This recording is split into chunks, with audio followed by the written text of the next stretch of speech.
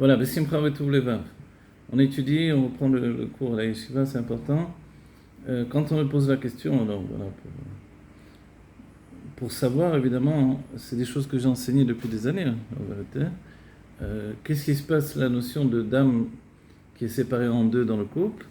Alors, ce qui est intéressant, c'est que cette séparation, puisque quand on pose la question, mais comment il y a pu y avoir la naissance d'hommes et de femmes au début du monde, puisqu'il n'y avait que Caïn et Èvel?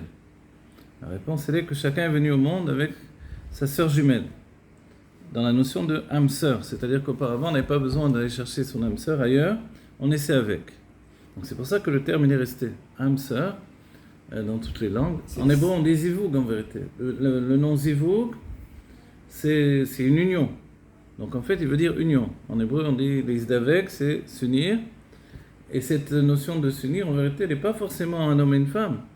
Bien sûr, dans la Gdusha, on parle. Mais aussi, le fait d'étudier la Torah, c'est aussi comme un zivoug, c'est-à-dire une influence de Mashpia et Mekabel. C'est ça ce que l'on entend zivoug dans la Kabbalah et la Chassidut. Alors je traduis. Mashpia, celui qui influence, le Rav, et Mekabel, celui qui reçoit l'influence de l'élève. Donc évidemment que dans le couple, on retrouve cette notion-là. Donc c'est pour ça qu'il est bon d'étudier ensemble dans le couple. Maintenant, dans la définition de ce qui s'appelle avant le couple Plag et Goufa, qui a droit que les sages, on sait que les sages nous ont dit que l'homme et la femme, et on met l'accent sur l'homme, avant le mariage, on est Plag et Goufa. Plag et Goufa, c'est-à-dire une moitié de corps. C'est intéressant parce qu'on ne dit pas une moitié d'âme, on dit une moitié de corps. Pourquoi? Parce que l'âme, elle va être entière quand les corps vont s'unir. L'union du corps, c'est dès le moment du yichud, c'est-à-dire dès le moment où un homme et une femme peuvent s'isoler. Ça s'appelle une union. Cette union-là, c'est d'être ensemble. Évidemment, nous, on a l'idée de yichud quand on rentre chez le rabbi. L'union de l'âme du rabbi avec notre âme à nous s'unissent, et c'est aussi une notion d'union. Donc de là, pourquoi on fait une comparaison immédiatement avec quelque chose d'aussi kadosh que le yichud, de rentrer en yichud chez le rabbi, c'est-à-dire en yichidut? Alors c'est parce que justement la notion de l'union des âmes, c'est quelque chose de très kadosh, très saint, très élevé, et que le corps, il doit suivre la kedusha de l'âme. Et le corps de par lui-même, il n'a pas une kedusha, une sainteté naturelle. Donc il faut toujours forcer sur la sainteté du corps. C'est pour ça, dans notre vie, on va se purifier du matin au soir. Quand on commence ce matin à faire modéani dès qu'on se réveille, quand on fait netilat avant de se lever, on fait pas arba amot, 4 coudées, parce qu'on est chayav mita. On va dire, mais tout ça, c'est pourquoi? C'est pour préserver la sainteté de l'âme. Et comme le corps, il est le réceptacle de l'âme, alors il faut immédiatement mettre en place les conditions qui vont me permettre d'avoir un corps sain avec une âme saine. C'est-à-dire les deux vont s'unifier, c'est un yichud. Et ce zivoug, si on l'explique comme ça, on voit que nous-mêmes, on est déjà un couple. Et en plus de ça, le cerveau du côté droit et le cerveau du côté gauche sont reliés à la notion de Chorma et Bina. Chorma, c'est l'aspect masculin. Le cerveau, dira le Rabbi Rayatz, il est froid et humide, donc c'est la nature de l'homme. Le cerveau du côté gauche, il est chaud et sec, la nature de la femme. Et les deux s'unissent, et c'est aussi, cette union, elle est par le biais du Da'at, le troisième cerveau, qui lui donne la notion de tempérer, d'équilibre. De là, on comprend que quand on dit que la Géoula, on sera dans le temps du printemps, comme il y a eu déjà, comment on le sait? On le sait parce que le Yetziat Mitzrayim, voilà, Yetziat Mitzrayim, elle devait être Be'aviv. C'est tellement important que tous les ans, s'il y a besoin, on rajoute un mois de Hadar pour tomber toujours en Aviv. C'est la raison profonde. Donc comme le calendrier il a été fait à l'avance, il a été prévu également cette notion-là.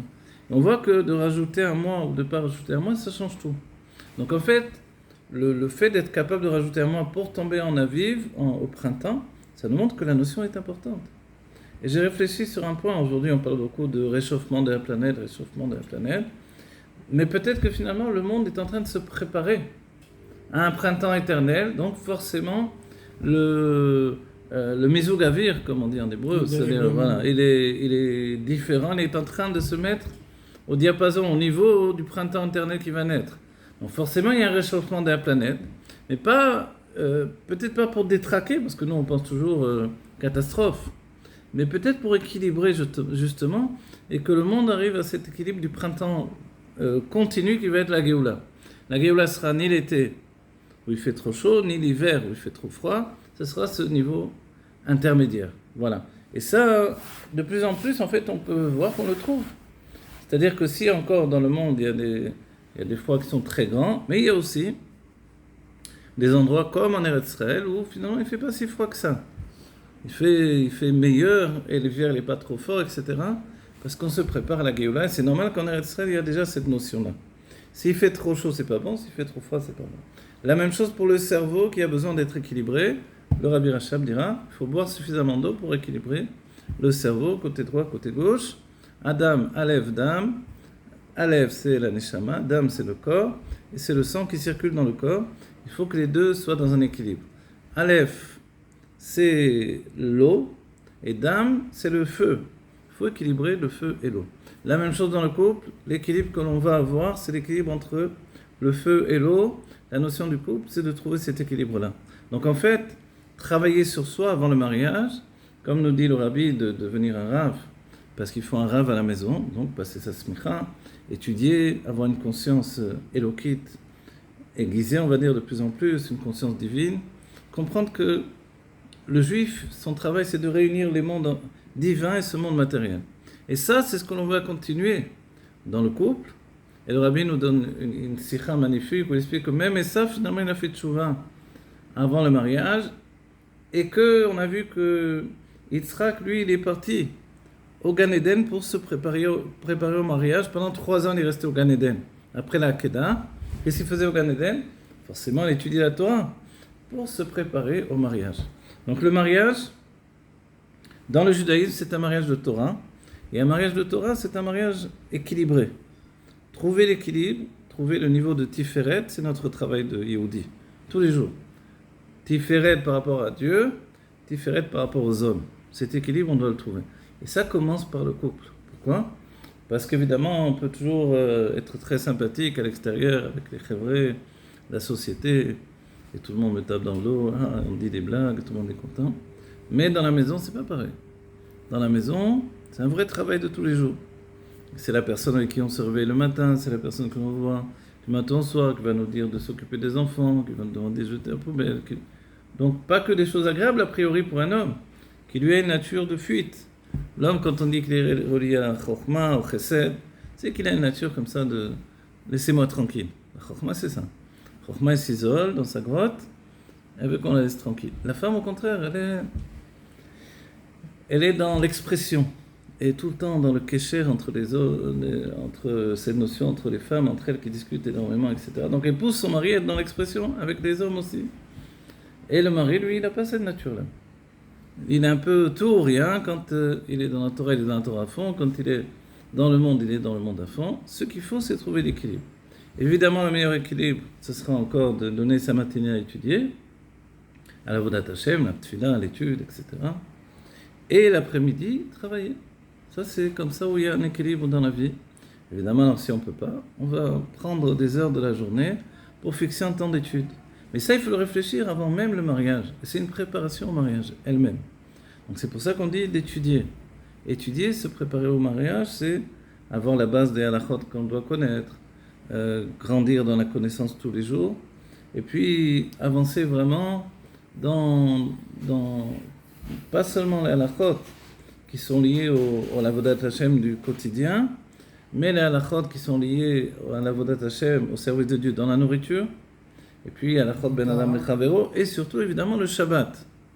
Pour ce qui est le travail de pureté familiale, c'est vrai qu'on est sommaire plus pour la femme, sur la femme que sur l'homme, parce que donc on s'appuie plus sur la femme que sur l'homme, parce qu'elle, elle doit compter, elle doit faire ses comptes, des shivanikim, etc., etc.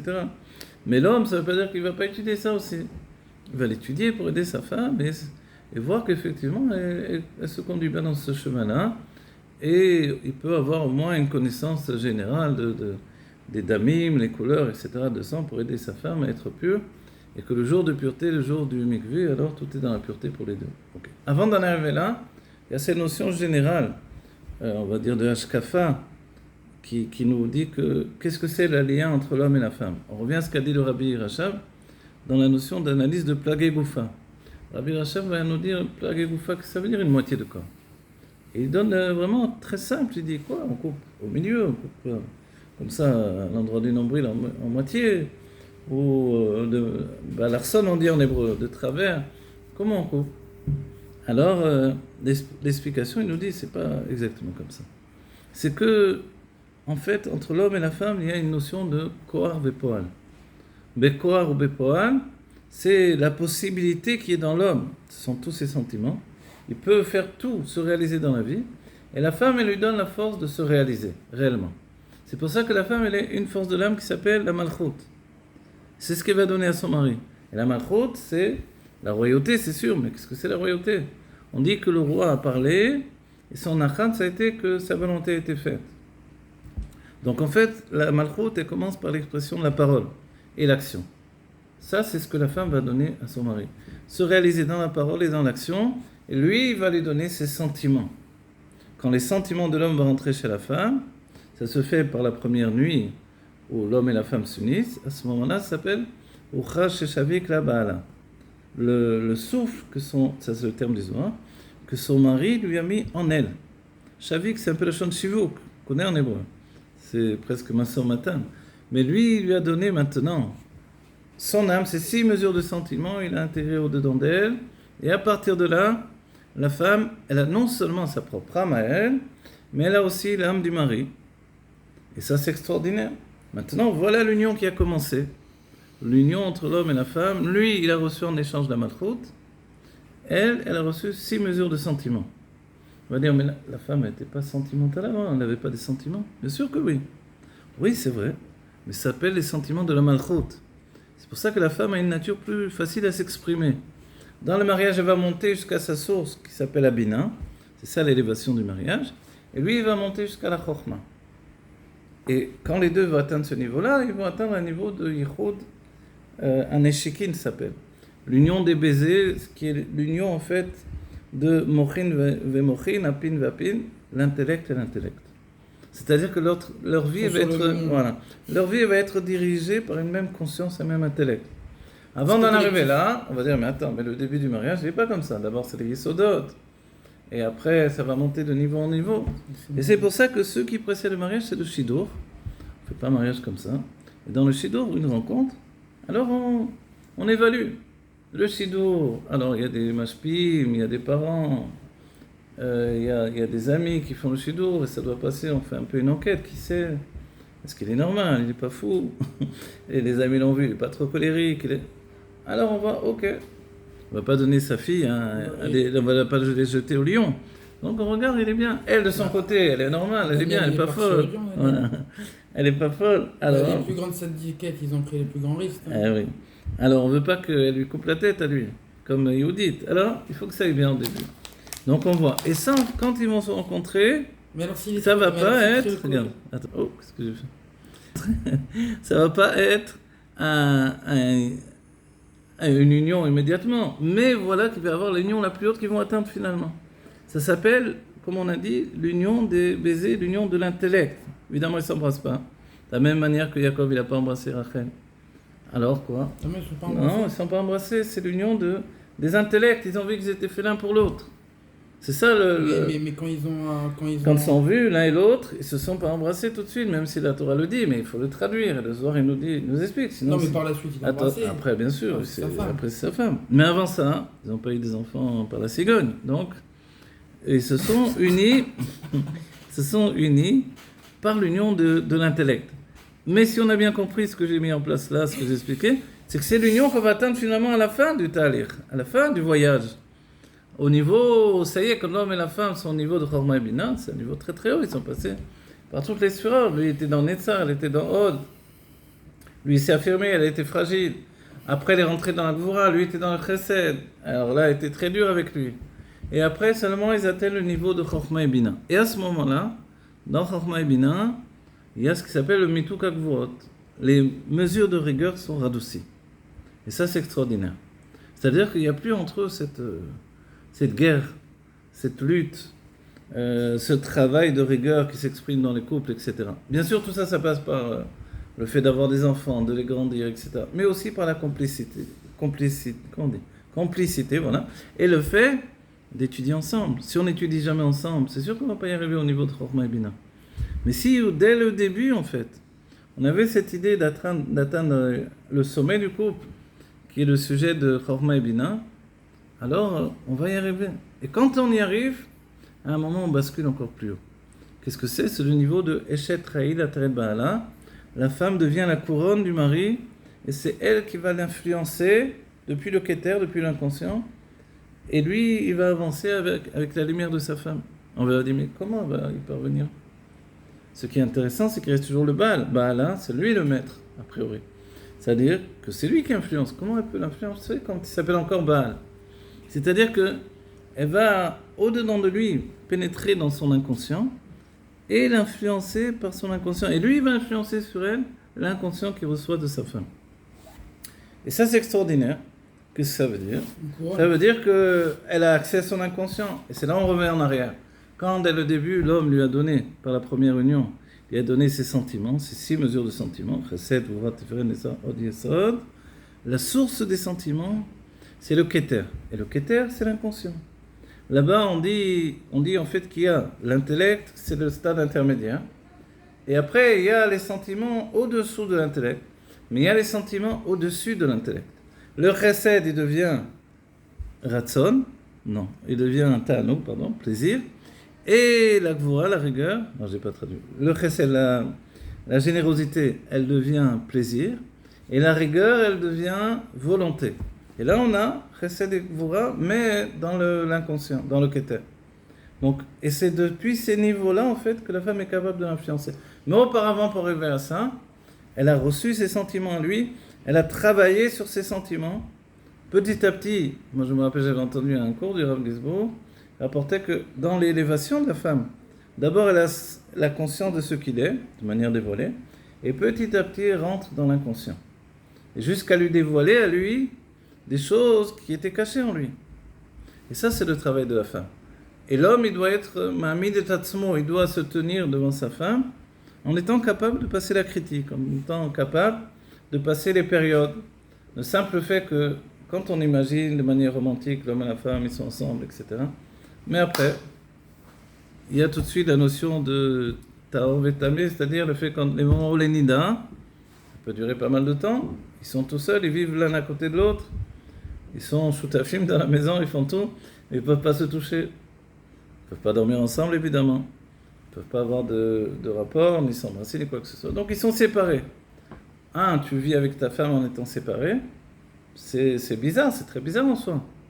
Et ça, c'est le fait que Dieu il a organisé que le couple monte ensemble dans des cycles vers la pureté. Mais ça, c'est vrai qu'avant le mariage, on n'y pense pas. On ne pense pas qu'on va être avec la femme qu'on aime et qu'on va être séparés. Donc en fait, le travail, c'est vraiment un avoda, un service de Dieu à part entière, vraiment un avoda. Et le couple, quand on dit que c'est une fusion, que c'est comparable à l'influence du Rav sur l'élève, c'est que vraiment on doit monter de niveau en niveau jusqu'à atteindre une perfection.